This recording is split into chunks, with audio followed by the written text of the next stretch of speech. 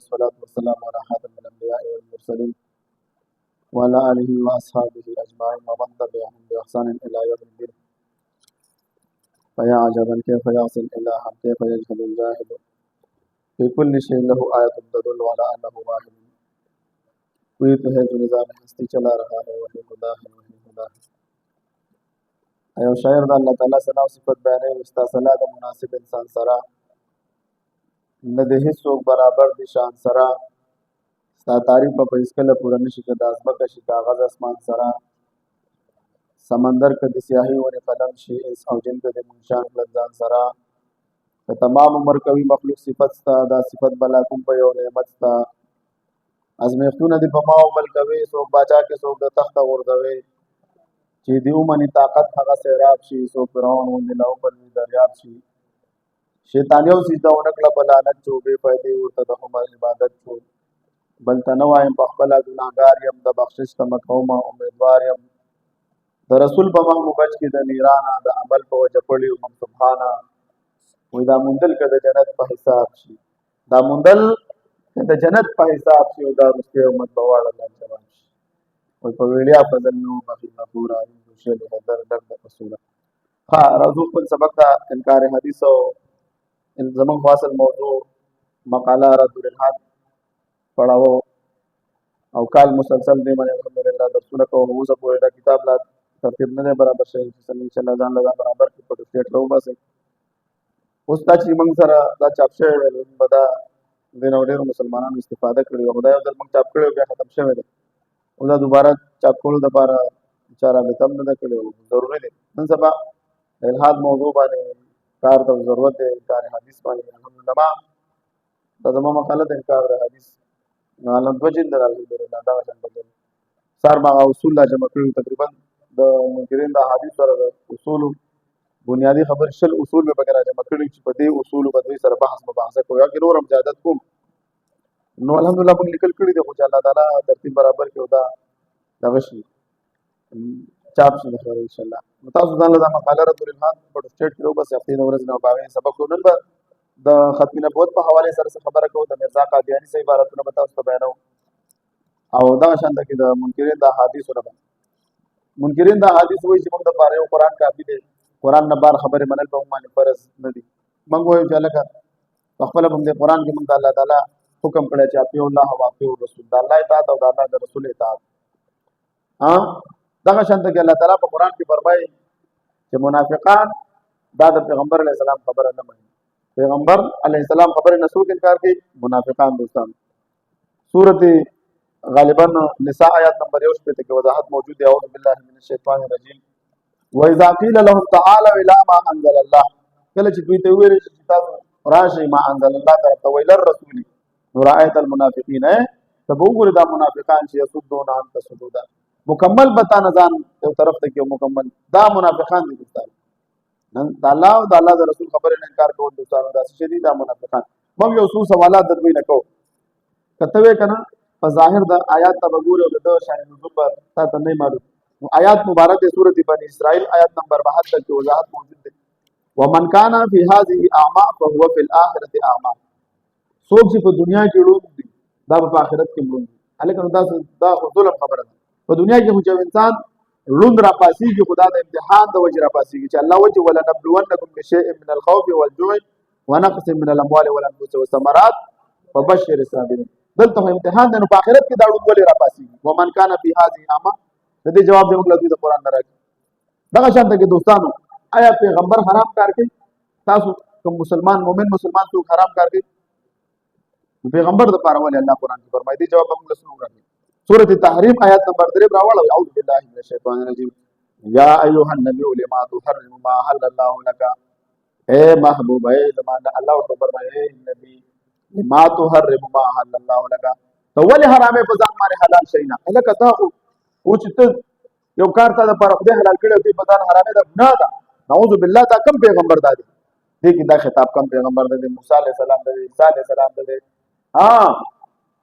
एलकानो यदि जवाब मंगल सोक राखे मुने शाकिर होतो तो मुताबिर बता जवाब मंगल दे कम दिना करे ते कम पैगंबर ते मुराद कदे हुई छ नबी अलैहि सलाम ते मुराद तो आया जमन पैगंबर नऊज़ु बिल्लाह हराम कर के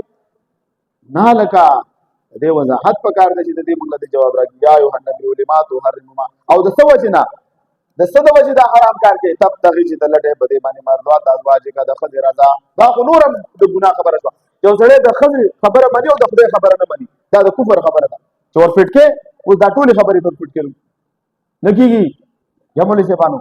کېږي به چې څوک به ورپټ ټول غواړي چې تا ته ښځه وایي چې دا کار وکړه خدای درته وایي دا کار وکړه د چا به مني او چې بیا د ښځې خبره ومنله او د خدای د پرې اوس سړی کافر کېږي که نه کافر کېږي نو دا خو د کفر خبره ده چې دلته د دې جواب همله دی د قرآن نه څنګه راکړي چې تر څو د احادیث نه یې منلي راشه د آیات ماته ته ثابت کړه دوستانو آیات نمبر 3 سورۃ تحریم آیات نمبر 3 سورۃ تحریم آیات نمبر اول دی یا ایها النبی لما تحرم ما حل الله لك تبتغي مرضات ازواجك ها دی وی قرآن نه بار حدیث احسن الحدیث چې دی قرآن احسن الحدیث دی احسن الحدیث دی قرآن څه اوس بدل لزه د پیغمبر خبره ته حدیث ثابت کوم څوګم د پیغمبر خبره ته په قرآن کې حدیث ویل شوی راواړو دوستانو سورۃ التحریم آیات نمبر 3 اعوذ بالله من الشیطان الرجیم وَإِذْ أَسَرَّ النَّبِيُّ إِلَى بَعْضِ أَزْوَاجِهِ حَدِيثًا او یاد کا هغه وخت یاد کا چې ویلي پیغمبر کم پیغمبر ویلي وَإِذْ أَسَرَّ النَّبِيُّ ویلي پیغمبر ویلي کم پیغمبر پته وی نشته إِلَى بَعْضِ أَزْوَاجِهِ دا کومه خبره نه مراد ده کومه خبره ته ویلي حدیثا خبره ورته ویلي پټه خبره سې کړي وا هغه خبره سوا نه پويږي مولوي صاحبانو او کنه شابه اوس پويږي د خیره ته وې کنه چې حدیث قرآن دی احسن الحدیث دی قرآن چې دی قرآن احسن الحدیث دی نه موږ انکار نه کوو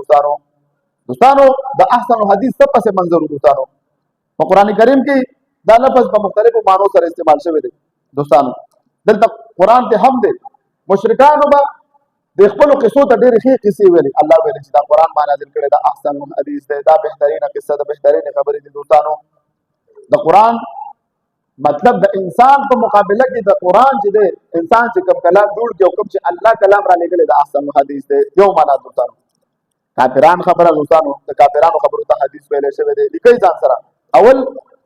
دوستانو قرآن په مقابله د انسان کلام ده د دې نه صرف دا ثابتول دي چې صرف قرآن صرف حدیث دی دا خبره غلطه ده نو د دې دوستانو د قرآن سورۃ زمر د آیات نمبر 23 کې قرآن ته الله الله نزل احسن الحديث چې احسن الحديث چې حدیث بهترین حدیث نازل کړل دی په دې یو آیات ته استدلال کوي سبق دی یو آیات مولوی صاحب کا شابه سره زما په خبرو کویږي سورۃ زمر آیات نمبر 23 درشو په قران کریم کې د حدیث لفظ متعدد مرتبه استعمال شوی دی د حدیث نه مراد صرف قران نه دی د چې تاسو وایي ته ورته د نور آیاتونه پیش کړي اول د قران د انسان په مقابله کې قران په مقابله د انسان کلام نو قران بهترین کلام دی خام د مشرکینو کې سو کہانیانو په مقابله کې هم ودا یعنی کافران خپل نشي پټولې سورۃ النساء آیات نمبر 42 کې ولا یکتمون الله حدیث کافران د الله خبر نشي پټولې دلته د کافرانو خبرو ته هم حدیث ویل شوی دی دوستانو موږ تاسو ویل کنه موږ چې دوی له جواب ورکوو د سره جواب ورکوو قران نه جواب ورکوو چې دوی وایي چې صرف قران منم قران نه بار خبره نه منم سورۃ النساء آیات نمبر 42 ولا یکتمون الله حدیثا او کافران د الله خبره نشي پټولې دوستانو دلته د قران مراد نه دی بلکې عام خبره مراد دي چې عام خبره هم د کافرانو عام خبره د الله نشي پټولې دوستانو بل په معنا د پوهېدو سره هم راځي دا سورۃ النساء آیات نمبر 28 او ګوره ورپسې راوړم دریم نمبر سورۃ النساء آیات نمبر 28 دا لیکل کوي په خپل د روان وخت د تاسو په کار راځي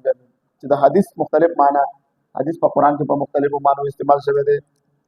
فما لهؤلاء القوم لا يكادون يفقهون حديثا په دوی باندې څه شوی دی چې دوی په خبره باندې نه پوهیږي دلته حدیث قران نه دی منل اوس کته چې دوی په خبره نه پوهیږي دوی په قران نه پوهیږي دا معنا نه ده دوستانو فما لهؤلاء القوم لا يكادون يفقهون حديثا پوه شئ سلورم نمبر نو دلته حدیث نه مراد قران نه دی بلکې ها خلق تیرې مراد کم چې په نبی علیہ السلام باندې اعتراضات کوي سلورم نمبر د قران نه علاوه په بل خبره باندې ایمان راوړل ته حدیث ویل شوی دی د قران نه علاوه چې په بل خبره ایمان راوړي فبأي حدیث بعده یؤمنون امولې شه دلته کوم څه دی تاسو سم نه کیږي هیڅ دې نه دي کې دا نو اوس کال شوی دا مثلا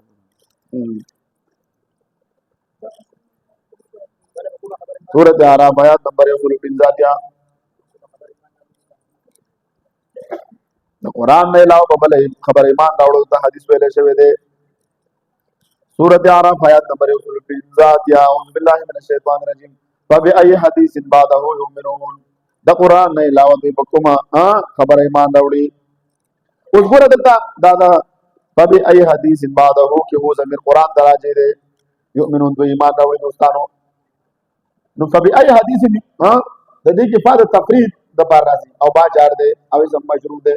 نو دلته خپل دا آیات په ذات خود په انکار حدیث باندې رد کوي چې قران جدا سي دی او حدیث جدا سي دی. ور دلته فبأي حدیث بعده کې دلته خپل باندې وضاحت وشو چې قران باندې ایمان جدا سي دی او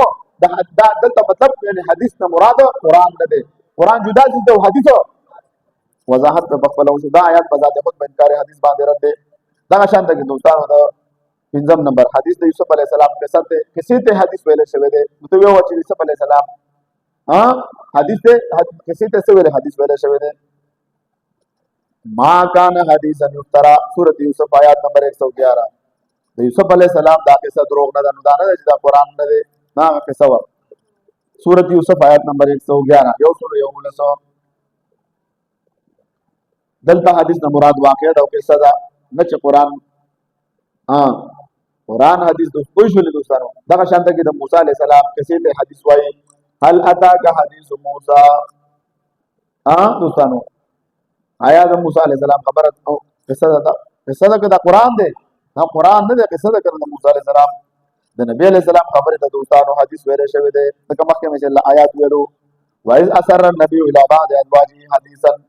یا اطلاع وقت چې نبی علی السلام چې پیغمبر خپل خدای ته دراز خبر او کړل د پیغمبر خبره ته حدیث ویل شوی دی.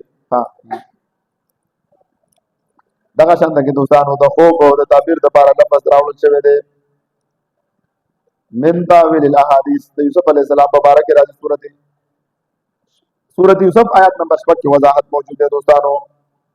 د خوب د تعبیر د لپاره حدیث لفظ راوړل شوی دی. نو پته ولګیدل چې حدیث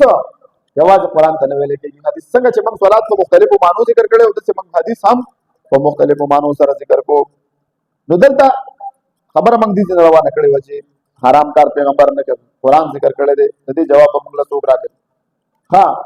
ابو لهب څوک دی تبت یدا ابي لهب دا ابو لهب څوک دی د دې څه پس منظر دی. د دې جواب قرآن کې نشته. علم درکه په مال ربک بیا صاحب الفیل صاحب الفیل څوک دی د دې څه پس منظر دی د دې څه جرم د څه ګناه کړی دا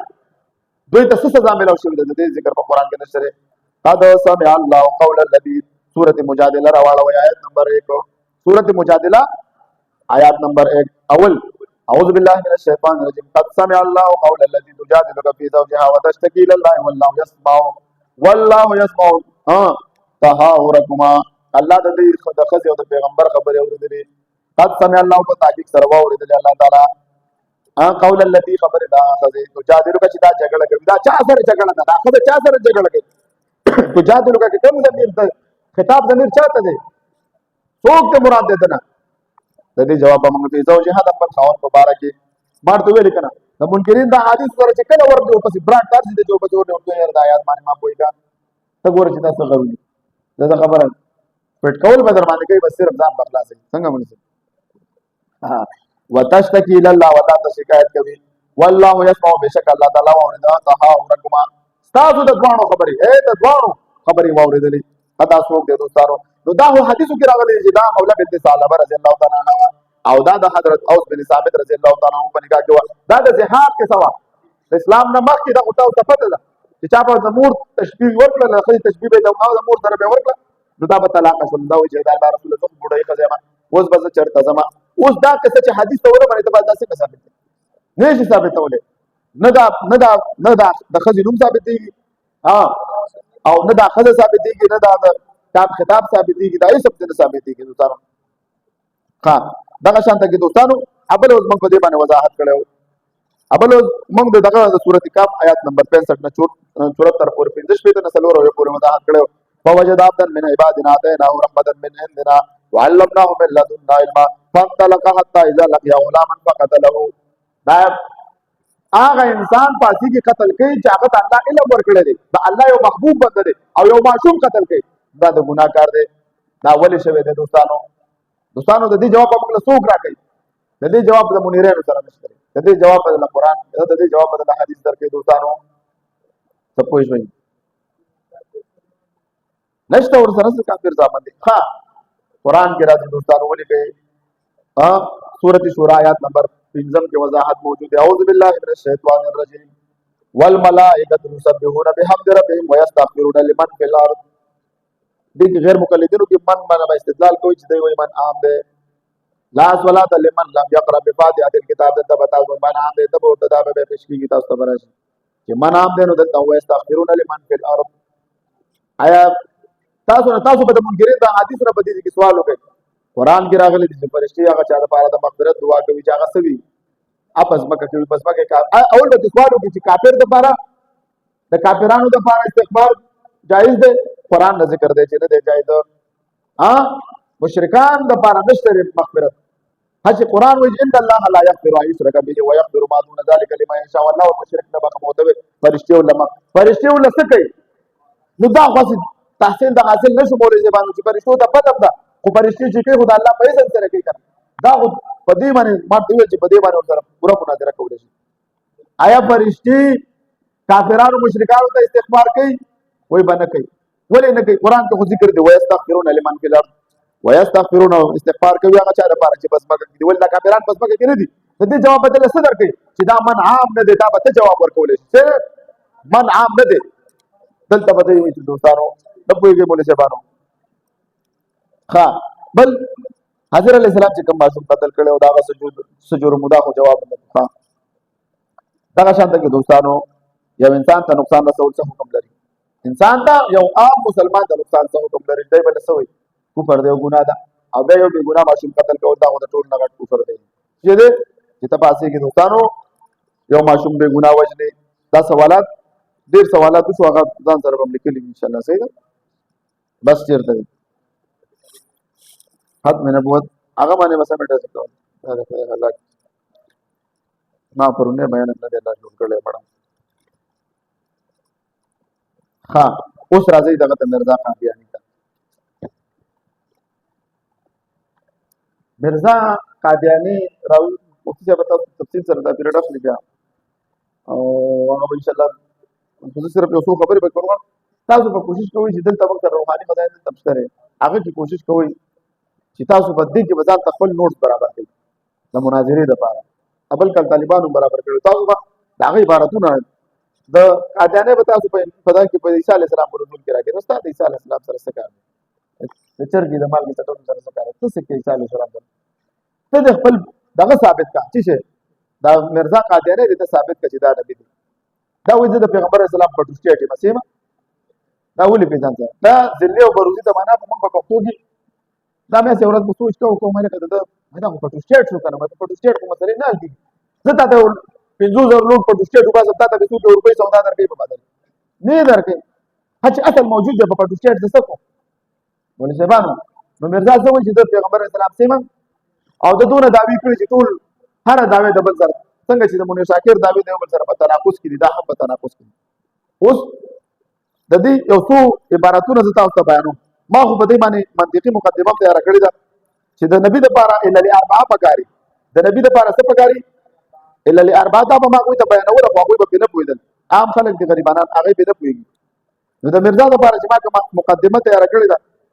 چې د الا لاربعه په بنا باندې د یو شی وجود راځي نو د مرزا الا لاربعه ځان سره ولیکي د مرزا الا لاربعه کله به تاسو نور کار به وکړي د مرزا علت مادي چې دا ناقص دی چې دی د مرزا علت مادي دا ناقص دی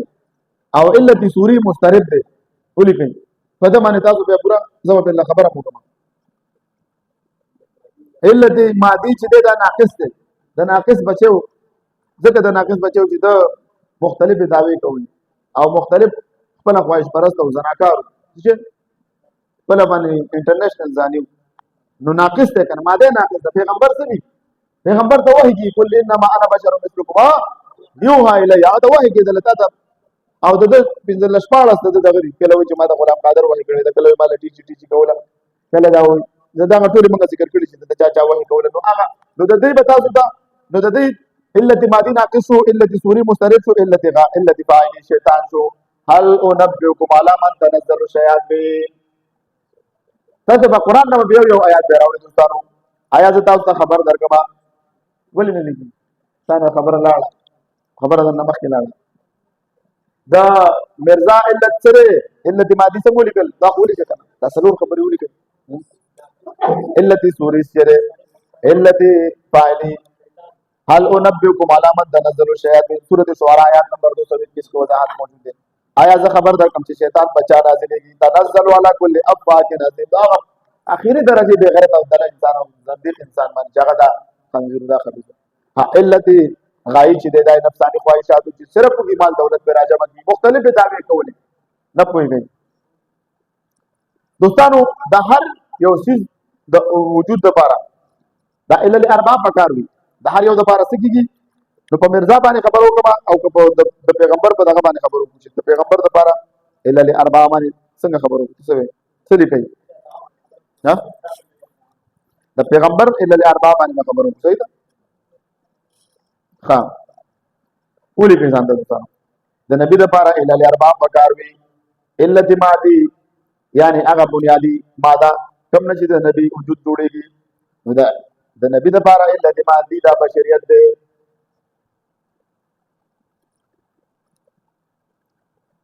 مولوی صاحبان سر در باندې کوي ها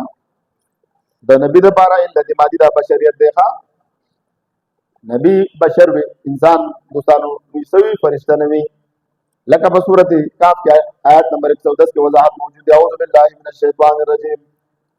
قل انما انا بشر مثلكم يوحى الي نبی علیہ السلام فرمایي بشک استاد په شان کې وای محبوب ته چې بشک استاد په شان کې بشر ممادا وਹੀ کېږي نو دلته بشریت د پیغمبر سورۃ کاف آیت نمبر 100 نو علت مادینا مراد دوستانو دا بشریت د پیغمبر بیم نمبر علت سوری دوستانو دا یو هدا هغه یو کیفیت دی علت سوری دا هغه یو کیفیت دی کوم جواب انسان د نبی جوړوي ځکه هو بابا وی زنه ولیان پیغمبران کړو د چې هر سړی ولی او پیغمبر دی او جودانه قدر یو لال پکې پیدا شي نور جهان وړاندې تو رکانو مر دی علت سوری نه مراد دا هغه یو صفت او کیفیت دی کوم چې انسان د نبی جوړوي دا د نبوت یو خاص صفت دی څه ویلې د پښتون انسان یو عام انسان دی کنه او د نبوت ملاوي کې پته کې خصوصي صفاتونه الله پیدا کړی وي دا د نبوت یو خاص صفت دی یعنی د وحي ملاوي د الله او د ګناہوں نه پاک کېدل دا یو صفت دی عصمت به وي د دوستانو او علم الهي به وي دوستانو دا به د علم پرانا کې ژوند دی روي د وحي الهي پرانا کې ژوند دی روي دا د علت د نبی د پاره علت سوري شو ها نو علت سوری دوستانو دا هغه جواب انسان د نبی درجه ته ورسوي لکه سورۃ انعام آیات نمبر 124 کې وضاحت موجود ده اعوذ بالله من الشیطان الرجیم الله اعلم حيث يجعل رسالته الله تعالی بهتر دوستانو کوي چې څو چاته پیغمبري ورکوي پیغمبري ورکول ته چاته طرف دی الله تعالی طرف دی دوستانو ها کوم لیکلو علت مادي علت سوره علت فاعل د پیغمبر د بار الله تعالی د الله تعالی مشیت او اختیار دی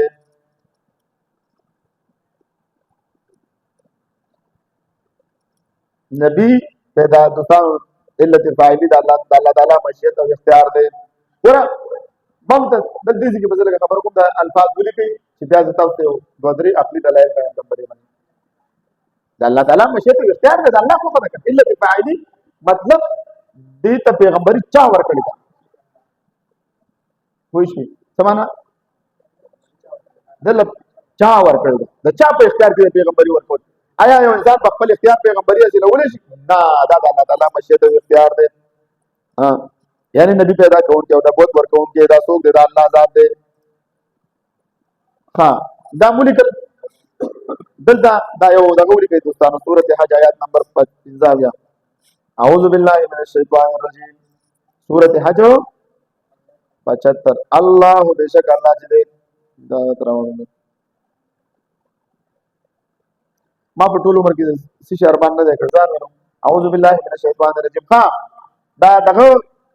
علت فاعلی د پیغمبر د بارے څوک دی؟ الله تعالی دی. الله تعالی مشیت او اختیار دی. الله یستفی من الملائکه رسلا ومن الناس. الله هغه ذات دی بشک چې په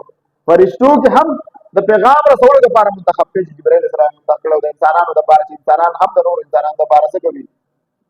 پیغام رسول. پوه شوي مولوي صاحبانو؟ نو دا دغه شو د نبی لپاره څه شو؟ علت فاعلی ورته شو، علت مادي بشری شو، علت سوری ورته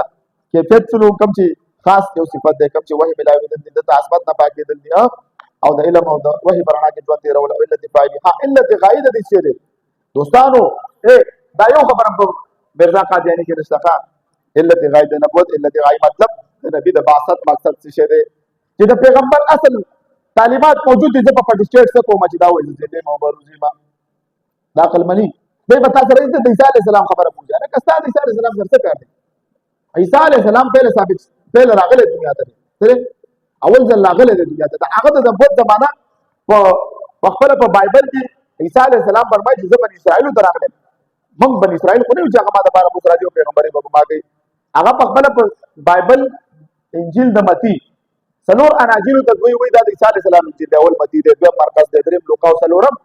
یوحنا. د اول چې کوم انجیل د متی د 15 باب او آیات نمبر 24 کې عیسی علی السلام فرمایي چې صرف د بنی اسرائیل د بار راغلی ما. اوس چې عیسی علیه السلام راځي دا د قیامت د نښو دی او نښه ده چې ده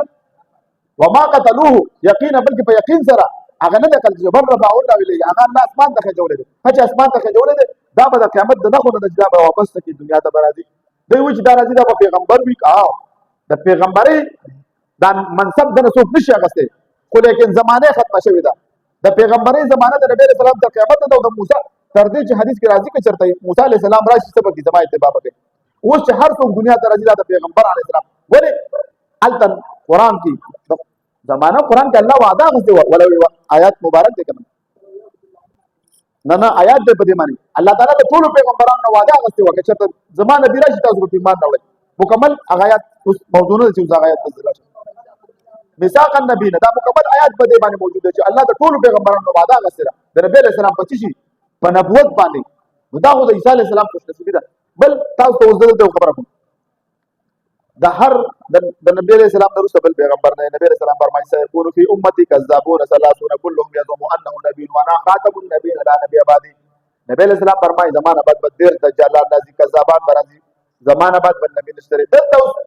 پیغمبر علیه السلام فرمایي بل قرآن آیات ما كان محمد ابا احد من رجالكم ولكن رسول وخاتم النبيين معنا دوی څه کوي؟ په مهر سره کوي. حالانکه په خپل مرزا قادیانی په خپل عبارتونو کې وایي چې زه خاتم الاولاد باندې د پلار اخري بچی یم. نو خپل باندې دغه شان کې خاتم الاولیاء داسې نور معناګانې دغه په کتابونو کې موجود دي. موږ درته یو عقلي جوابات ګورم. د موسی علیه السلام په باره کې راځي په خپله په تورات کې وایي چې زمانه بعد زما رور را روان دی. څوک؟ عیسی علیه السلام وایي زمانه بعد را روان دی زما رور رښتونه را روان دي. هغه خبرې کوي کوم چې دله وحي کېږي وما ینطق عن الهوی. نبی علیه السلام څه فرمایي زمانه بعد بل پیغمبر نشته دی. که چېرته نبی علیه السلام نه وروسته پیغمبر وی د باندې لازم و چې موږ ته ویلې وی چې زمانه بعد دا مردار راځي او به د ایمان راوړي. یو دلیل اول دا د مدعي د نبوت دا فریضه خدای مقرر کړې چې دا به د را روان باره کې دا د ټول نه ګور هغه عقلي دلایل دي مضبوط نه پوهېږئ ځان سره ولیکئ. د مدعي د نبوت دا ذمواري ده چې خبر ورکړي نه پوهېږئ. منصبان دویم دلیل دوستان واورئ په قرآن کې موږ ته اهل کتابو ته څه ذکر دی؟ اهل کتابو ته دا ذکر دی چې تاسو په دې کومه وحي چې پیغمبر ته کېږي په دې ایمان راوړئ. د بلې وحي ذکر پکې نشته دی. اهل کتابو ته په کومه ایمان په کومه وحي ایمان راوړلو حکم و کوم چې پیغمبر ته کېږي که نه د پیغمبر نه وروسته بله وحي نشته. که چېرته هغه به پکې ذکر وشي د پیغمبر نه وروسته وحي راځي په هغه به ایمان راوړئ. درېیم موږ ته په کومه ایمان راوړلو موږ له کوم حکم دی؟ ما انزل الله بما انزل الیک وما انزل من قبلک. ایمان به موږ راوړو په چا باندې؟ کوم چې په پیغمبر نازل شوی کوم چې په پیغمبر وما انزل من بعدک او نشته دی. نه پوهېږئ دې دلایلو ته. په قرآن کې که چېرته د مرزا قادیاني یا داسې نور کوم چې خبیثان پاسېږي د پیغمبرۍ دعوه کوي مګر په قرآن ویلې وی چې وما انزل الیک وما انزل من قبلک وما انزل من بعدک کوم چې د پیغمبر نه وروسته نازلېږي پته ولګېدله دوستانو. دا هغه مقاله د ختم نبوت کې ما دا ټول دلایل راغوستي پته ولګېدله چې دوستانو موږ د په کوم وحی ایمان راوړل دي کوم وحی چې پیغمبر اسلام ته راغلی کوم چې د پیغمبر اسلام نه مخکې راغلی وروسته چې څوک دعوی کوي دا به څه وي دا به کذاب وي دجال به وي نو د مرزا خپل عبارتونه به تاسو دلته دا کوئ دوستانو څه به کوئ ورفټ کوئ دی ها د علت غایي علت غایي خبره پاتې وه د نبی د بعثت مقصد څه شی وي دوستانو نبی الله تعالی دې د پاره رالېږي چې د الله تعالی پیغام خلکو ته ورسوي اول نمبر نبی څه د پاره راځي د څه مقصد دی د الله پیغام ورسوي اے مسلمانانو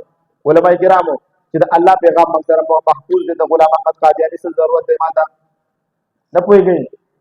دی به دې کې به تاسو سره تعویل کوي دا مجدد دی چې دی هلکه زه په مجددي کې یو سړی چا کور کې نه پرېږدو دی به یو سړی چا واده کې نه پرېږدو دی به زه ناوې سره کېنم موږ دې په دغه کې نه پرېږدو ته اوس به چې زه د واده والا سره ناوې سره کور میرات زناکار شرابي انسان دی ته پاسې کې ته بهتر مولوي صاحبانو ایمان کې شک نه څوک چې په دې په ایمان کې شک کوي ایمان نه کوي دی که چېرته په حق وي دی په بیت الله او په مدینه کې مرکز جوړ کړی دی لندن مرکز جوړ کړی دی دا د دوی د پادروالي ټول غټ دلیل دی د دوی خلیفه د انګریزانو په لاس بیعت کړی دی ورته ورته نه دی د بس دا ټولې خبرې منم دا دې راشي که نه دوستانو د علماو ته کېني خو تعویل خو چې یو سړی د لا مسلم په غونډۍ ناست وي چې نه مني په هغه سره موږ څه وکړو چې یو سړی نه مني یو سړی چې ثابتېږي د خپل اقوالو نه ثابتېږي د خپل اقوال دا دي دا وایي زه ماریانې ما بیا وایي زه سیمه په ما باندې حید راځي اوس الله عبارتونه زه اوس بیانوم نبی دې لپاره راځي چې الله پیغام خلکو ته ورسوي دویم مخلوق ته هدایت وکړي دوستانو مخلوق ته د هدایت لپاره پیغمبران راځي زر زر لیکل شوی ما دا منطقي مقدمه برابر کړې موږ ته چې حتی کوم عوام ناس یا غریبانو په دې نه پیږي کړ په دې صغرا او کبرا او نتیجه باندې په دې اله اربعه باندې او موږ په پښتو کې پوهیو بیا په پښتو کومه زه تاسو ته پیدا درکې کنه دریم نمبر حق او باطل کې فرق کول واضح دي او دا دونه مرزا قادیانی چې کنه دا دونه د کافر بچي دي چې دا د انګريزانو د کله چې په هندستان کې د حکومت د ورته رحمت ویرو دا رحمت دی د الله تعالی فمنګ او مجاهدینو ته داسې الفاظ استعمالول الامان والحفیظ څلورم نمبر چې په بندگانو باندې د الله د طرفه حجت قائم شي بیا څوک سباونه وایي چې زمونږ د نو خبر کړي په بندگانو د الله د طرفه حجت قائمېدل وي د نبی د بعثت مقصدونه اول نمبر د الله تعالی پیغام خلکو ته رسوي دویم نمبر مخلوق ته د هدایت لپاره راځي دریم نمبر د حق او د باطل په منځ کې فرق کولو واضح کولو لپاره راځي او څلورم نمبر چې په بندگانو باندې د حجت اتمام پوره شي لکه دوستانو سورۃ النساء آیات نمبر 115 سورۃ النساء آیات 165 کې خپل وضاحت موجود دی اعوذ بالله من الشیطان الرجیم رسلا مبشرین ومنذرین لئلا یکون للناس علی الله حجة بعد الرسول وکان الله عزیزا حکیما دلته دوستانو وضاحت موجود دی پوه شولې دا ټول رسولان دي چې دا خوشخبری خوشخبری د پاره راغلي دوستانو او ویرول کېو چې بیا ورځ قیامت څوک نه وایي چې الله موږ دې نو خبر کړو دا د پیغمبر د پاره سوي علت غایب دوستانو ها دغه د پاره خبره په کوم څه ته څو عبارتونه درته بیان کوم د مرزا باندې څو بمبارې نه کوم دغه غواړي څو او کنه ته دا ما ها مرزا وایي مرزا قادیانی وایي ځان سره لیکي تاسو ما د ما په ډیر باندې مرزا قادیانی وایي ز مریم ما علیہ السلام روحانی خزائن جلد نمبر 19 صفحہ نمبر 85 51 کې بیا مرزا قادیانی وایي ذکر شنه ما د هندوانو زه تیز زما د 5 منټو کې خبر راغلم پورا مرزا وایي چې ذکر شنه ما کرشن دا د هندوانو هغه مشر دی بیا بل ذکر وایي دا روحانی خزائن کې صفحہ نمبر روحانی خزائن جلد نمبر 22 صفحہ نمبر 520 کې فرمایي چې ذکر شنه ما سیما چې چرته غټ سره ګوري بزان کورو ځان په څور پټ کوي ظالم بچي ده کنه هر چا گاډي ته ورکړي یاد کړي بزاته وي نو مرزا وایي ذکر شنه ما سوي ابه وایي کرشن پیغمبر دا ورکړي به کرشن دروغجن نو به خپل ذات دروغجن ثابت کو مرزا وایي عیسی علیه السلام ما روحانی خزائن جلد نمبر 3 صفحہ نمبر 402 کې بیا مرزا ملعون وایي نبی علیہ السلام نعوذ بالله نقل کفر نه باشد وایي محمد رسول الله ما دا کفر الفاظ روحانی خزائن جلد نمبر 22 صفحہ نمبر 502 بیا مرزا وایي چې آدم علیه السلام ما بیا وایي نوح علیه السلام ما عیسی علیه السلام ما یعقوب علیه السلام ما اسماعیل علیه السلام ما موسی علیه یو یاد کړل یو تر دې بیا وایي موسی علیه السلام داوود علیه السلام ما ټول یاد کړل ټول پیغمبرانو صفاتونه په ما کې دي د کافر بچا روحانی خزائن جلد نمبر 22 صفحہ نمبر 521 بیا مرزا وایي چې په ما باندې اوس هیڅ امراضي سکیږي په ما باندې اوس هیڅ شروع شوی دی دې باندې اوس هیڅ راځي روحانی خزائن جلد نمبر 22 صفحہ نمبر 521 بیا مرزا وایي چې په ما خیز راتلو خیز بند شو بیا زه حامله شومه څه شومه بلار به شومه مرزا وایي او په پښتو کې ورته بلار به وایي روحاني خزائن جلد نمبر 19 صفحه نمبر 50 بیا مرزا وایي چې زه ښځه ما د دې یو شاګرد دی اسلامي قرباني قاضي هر محمد صاحب لیکلی دي وایي دله کشف وشو او د ویل چې زه ښځه ما वो मिर्जा कहता है कि वो औरत खुदा ने उसके साथ रजूलत किया है रजूलत का उसदा उसको او دا کفر دی مارته د سره په قران حدیث دې ته بدای عبارتونه بیان چې پیدا دی دا مور سره دوه مناظریم کړي په دې په عبارتونه اوس دې کتابونو پاره شبد بډارې په کتاب شروع کوم نو هغه صحیح تفصیل سره چې دې قادیانه نه سیار یو واقع در هغه اولوهیت قائل دي دوی د اولوهیت هغه په عیسی علی السلام کې نجات مني دوی په دې مردار کې نجات مني ها بیا د مرزا مختلف دعوی دي مرزا وایي چې څوک د نبوت دعوه کوي دا کافر دی روحانی خزائن جلد نمبر 2 صفحه نمبر 297 में وما كان علی ور عبارت داسې ده کله وایي نبی مکه وایي د نبوت دعوه کافر دی تاسو څه ته مسوک سوې لیوانه ده وما كان لي ان ادعي النبوة واخرج من الاسلام زما د پاره سم مناسب دي چې دعوت او کما او د اسلام تقوا والحق بقوم الكافرين لاحق شم د کافرانو سره فكيف ادعي النبوة وانا من المسلمين ده بس دا حکم د مسلمانانو دی وکیل دا پر دعوه نه وکړي مرزا وایي چې د خدای پاک ما سیما ورأيتني دار روحاني خزائن جلد نمبر 5 صفحه نمبر 564 کې ورأيتني في المنام عين الله وتقيدت انني مرزا وایي چې سیما ما ورأيتني في المنام ما اريد المخوف عين الله ذات الله وتقيدت زما دا ګوش انني وجاغ زما ځان ته خدای نسبت مرزا بیا وایي چې ما د الله تعالی د ژوند کولو د برا کولو اختیار را کړی دی په روحاني خزائن جلد نمبر 16 صفحه نمبر 55 کې واوتیت صفه الابناء والاحياء من الرب الفعال ما ته د برا کولو د ځان عیسی علی السلام عیسی علی السلام بیا مرزا وایي چې د خدای تعالی ډیر لاسونه خو دې نعوذ بالله روحاني خزائن جلد نمبر 13 مرزا د خدای پاک تشبیه د غلو سره ور کوي خدا مرزا وایي چې مې چورو کی طرف پوښیدا او نو خدای تعالی وایي نعوذ بالله بیا دا شان ته چې الله تعالی د انسان جامع غو دی او ظاهريږي روحاني خزائن جلد نمبر 17 بیا مرزا وایي چې د الله تعالی اولاد موجود دی روحاني خزائن جلد نمبر 18 بیا مرزا وایي چې خدای پاک الله شته الله شته وایي د دې جواب هغه خپل نه کړی چې الله معنی نه کړی بیا مرزا وایي چې الله تعالی ما سره غسل او خرڅول کړی دی روحاني خزائن جلد نمبر 22 بیا مرزا وایي چې الله تعالی د اسمان نه نازلېږي بیا وایي مرزا وایي چې الله تعالی ما سره افطار کوي روحاني خزائن جلد نمبر 22 بیا مرزا وایي چې زکون فیکونی مسیما کون فیکونی مرزا وایي روحاني خزائن جلد نمبر 22 صفحه نمبر 108 بیا مرزا عیسی علیه السلام ته کنځري کوي نعوذ بالله عیسی علیه السلام ته وایي د درې نیاګانې وایي زناکار وي او دا مې په دې سره مناظره کړې ده کافر بچیا وایي دا کسبه نه وي زناکار وي روحاني خزائن جلد نمبر 11 روحاني خزائن جلد نمبر 9 دا دوستانو په دې کې عبارتونه مرزا وایي د عیسی علیه السلام وایي درو ویلو کنځري به خلکو ته کولې مرزا وایي عیسی علیه السلام نعوذ بالله سو خلکو ته به کنځري کولې نعوذ بالله بیا مرزا ملعون لیکلی دی عیسی علیه السلام په تبلیغ کې ناکام شوی دی مرزا وایي چې عیسی علیه السلام په تبلیغ کې ناکام شوی دی کفر نه باشد روحاني خزائن جلد نمبر 5 صفحه نمبر 200 بیا مرزا وایي چې عیسی علیه السلام شرابي او نعوذ بالله روحاني خزائن جلد نمبر 10 صفحه نمبر 296 بیا وایي چې زدم دا ځان ته عبارت وایي ابن مریم کې بیا وایي چې زه د عیسی علیه السلام نه بهتر ما څه وایي ځان ته نسبت عیسی علیه السلام ورکړي چې د عیسی په وری وایي ابن مریم کې ذکر کو छोड़ दो اس سے بهتر غلام احمد ہے دا د عبارتونه تاسو خو دا دته نو چې تاسو په دا عبارتونه ورته بیانوي د دې عبارتونه وصل الحمدلله موږ سره موجود دي مرزا به وایي چې ابن آدم نیما سیما کرم حاکی ہو میرے پیارے نہ آدم نہ آدم ذات ہو بشر کی جائے نفرت اور انسان ہو جوار روحانی خزائن جلد نمبر 21 صفحه نمبر 127 بیا مرزا وایي چې د پیغمبر نبوت دعوه کړ کله وایي چې د پیغمبر ما کله وایي چې زدای ما کله وایي زاغه ما بیا مرزا وایي چې وحی چې دا ختم شوی دا مرزا وایي چې رسول الله صلی الله علیه وسلم توفات وروسته وحی جبرائیل السلام باندې شوی دی روحاني خزائن جلد نمبر 3 صفحه نمبر 412 مرزا وایي چې الله تعالی ماته ذلی طور پر صفات راکړي دي انما امرک اذا اردت شيئا ان تقول له كن فيكون ما ته الله خپل اختیار راکړي دي چې ته څه غواړې دا كن فيكون عبارت ده انما امرک اذا اردت شيئا کله چې ته اراده وکړې دی شي ان تقول له كن فيكون بکی لا حول ولا قوه روحاني خزائن جلد نمبر 21 صفحه نمبر 124 کې مرزا بیا وایي چې په ما باندې وحی نازلېږي بیا خبره ولټه کړله هلته څه وایي بیا دلته څه وایي دغه شان کې دوستانو